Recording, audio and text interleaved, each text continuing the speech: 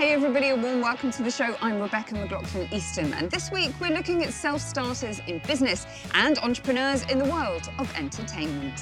We'll get top startup tips from an R&B and hip-hop star who is also a US presidential hopeful. He is Akon. I'm Akon, and you must stay tuned to Inspire Middle East.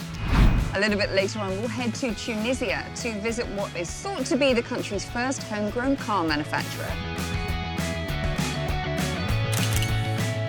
But first, regional royals, famous motivational speakers and celebrity singers were all in Sharjah to talk entrepreneurship. And Inspire Middle East was also on the ground to find out more.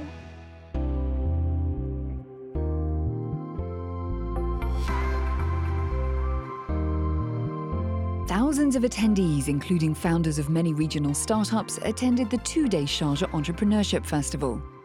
It was an opportunity for business leaders and budding entrepreneurs to brainstorm, upskill their talents, and even raise a little capital. According to festival organizer Najla Al-Midfa, who is also the CEO of the Sharjah Entrepreneurship Center, the 100 startups that have joined her entity in the past 4 years have received collective investment of around $50 million. Investments also rose by more than 30% this year compared to 2018. Najla forecasts that small and medium-sized enterprises will continue to support the UAE's growth. SMEs are the backbone of the economy, and a large part of the non-oil GDP in the UAE comes from SMEs. So they really do have a large role. But that said, I think that we still haven't reached our full potential when it comes to entrepreneurship, so there's still much to be done. Celebrities who are also CEOs were on the ground in Sharjah to offer advice to self-starters in the room. Grammy-nominated Akon of Lonely, Beautiful and Locked Up fame was a star attraction. In addition to being a multi-platinum selling musician, the American-born Senegalese artist is a passionate philanthropist, and his initiative Akon Lighting Africa is geared towards providing electricity for an estimated 600 million Africans. And his cryptocurrency Akon was launched to create opportunity and inclusion for Africa's young entrepreneurs. Through his commercial ambitions and musical success, the 46-year-old was named 5th in the 40 most powerful celebrities in Africa by Forbes. To see what lay ahead for Akon, including his ambitions to be US president, Inspire Middle East sat down with the artist and businessman. Akon, a very warm welcome to Inspire Middle East. Thank you for having me. You were born in the States, you live in the States, so therefore I have to ask you, what do you make of the current political state of affairs as we look ahead to next year's election? It's super, it's like scary, because I always felt that when it came to government in the US, we had a specific standard that everybody aligned their goals around. It's to the point now where even they're skeptic of how we're governing, because it just feels you just don't feel safe. You've gone on the record and said that you won't be running in this presidential race, but you haven't ruled out 2024. So my question is, what makes you the man for the job? I think if you're gonna run office, you are serving. And I think that's a little bit different from a job. I've kind of experienced everything that a US citizen can experience. And being an entrepreneur, understanding growth, building companies, I can also say the same thing from a business level. And then from a political standpoint, I've been literally, you can say, advising presidents from everywhere. I mean, like over 15, countries in Africa, all throughout the world. I've been meeting with political leaders just for different things. So I think when you round all that experience together, it's a great starting point, because I think you're never the perfect leader until you're in a position where you're leading. Picking up on the point of speaking to heads of state in Africa, I'm interested to know, what advice are you giving them? What topic keeps floating to the top?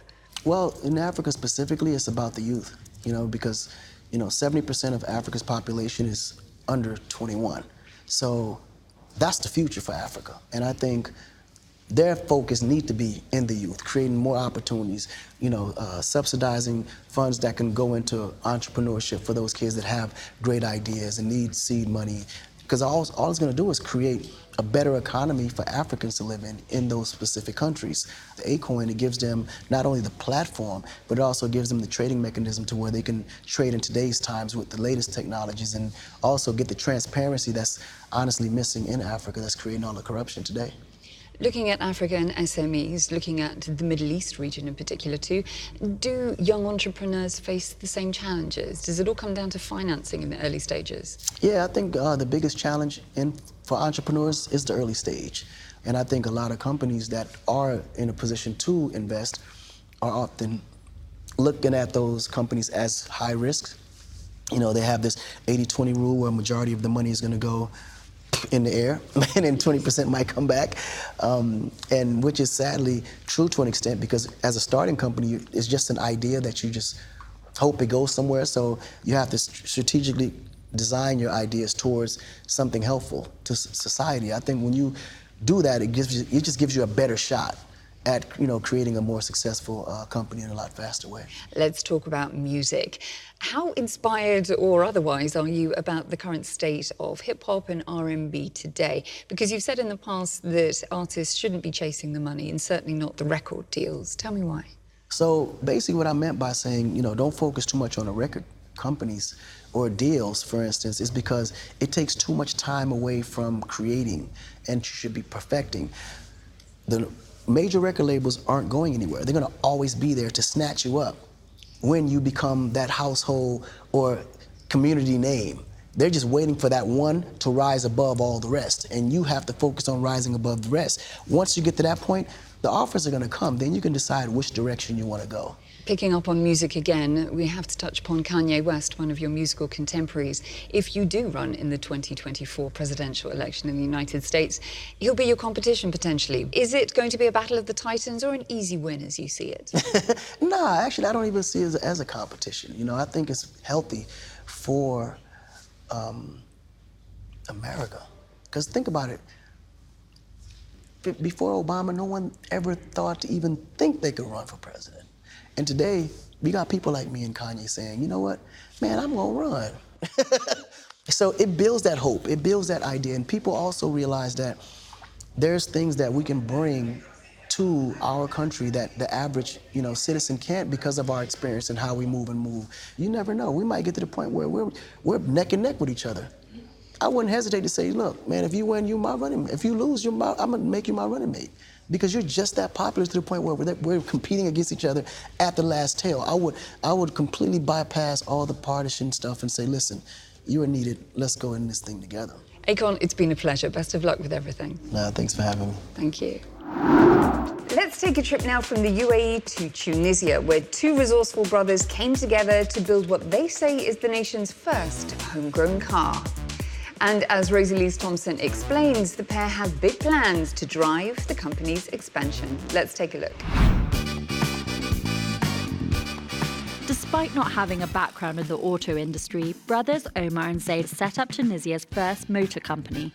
And in 2006, Wally's car was launched. But it wasn't easy. It was difficult, to be honest, especially in a country where the automobile culture is not as strong as in Europe or in America. And our challenge was to convince Tunisian and also to convince European people to trust a Tunisian brand, to trust a new Tunisian brand in the automobile business. Wally's car only produces 350 handmade cars a year, of which sales are split between the European and Tunisian market. In the car industry, we always talk about mass production. Our cars are made by hand, and this is not possible anymore in industrialized countries, except for very expensive cars. We make cars that are around 15,000 euro, but 100% made by hand, so this is really unique. Last year, over 98 million automobiles were produced worldwide, with only 3% produced in the MENA region. China and Europe currently dominate the market. The demand for electric vehicles is 63% higher in 2018 than in 2017. For the young manufacturer to survive, the brothers must stay on top of the trends. I believe that the car industry and the car manufacturer are definitely going towards electric more and more. What is car don't want to be left behind, so we are now developing a new car. So as you can see, this is like fiberglass. It's extremely solid. Yeah, you see it? Yeah. And so this model, we're gonna make it electric also. So this is the cool thing. Makes the car lighter and easier to produce actually also. Some industry insiders believe that electric cars are the most important technological advancement in the auto industry in decades.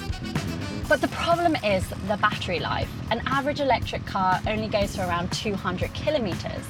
And when you're driving along these long desert highways or long journeys, it becomes a problem. So for now, the demand for their electric car is predominantly from the European market. But the brothers feel a hybrid, a mix of a petrol and electric engine, will be more desirable to the MENA region. Well, that is a wrap of our show. We hope you enjoyed it, and do remember to follow us on social media. Speaking of which, here are some budding entrepreneurs that inspired us this week on Instagram. I'll see you next time. Iranian entrepreneur Ali Reza visited a co-working space in the UAE, saying he loves exploring the region's bustling startup scene. Rania from Jordan shared this photo taken during a brainstorming session with her team. And Hella from Tunisia tested a yellow Wally's car, saying it was a practical drive for the city.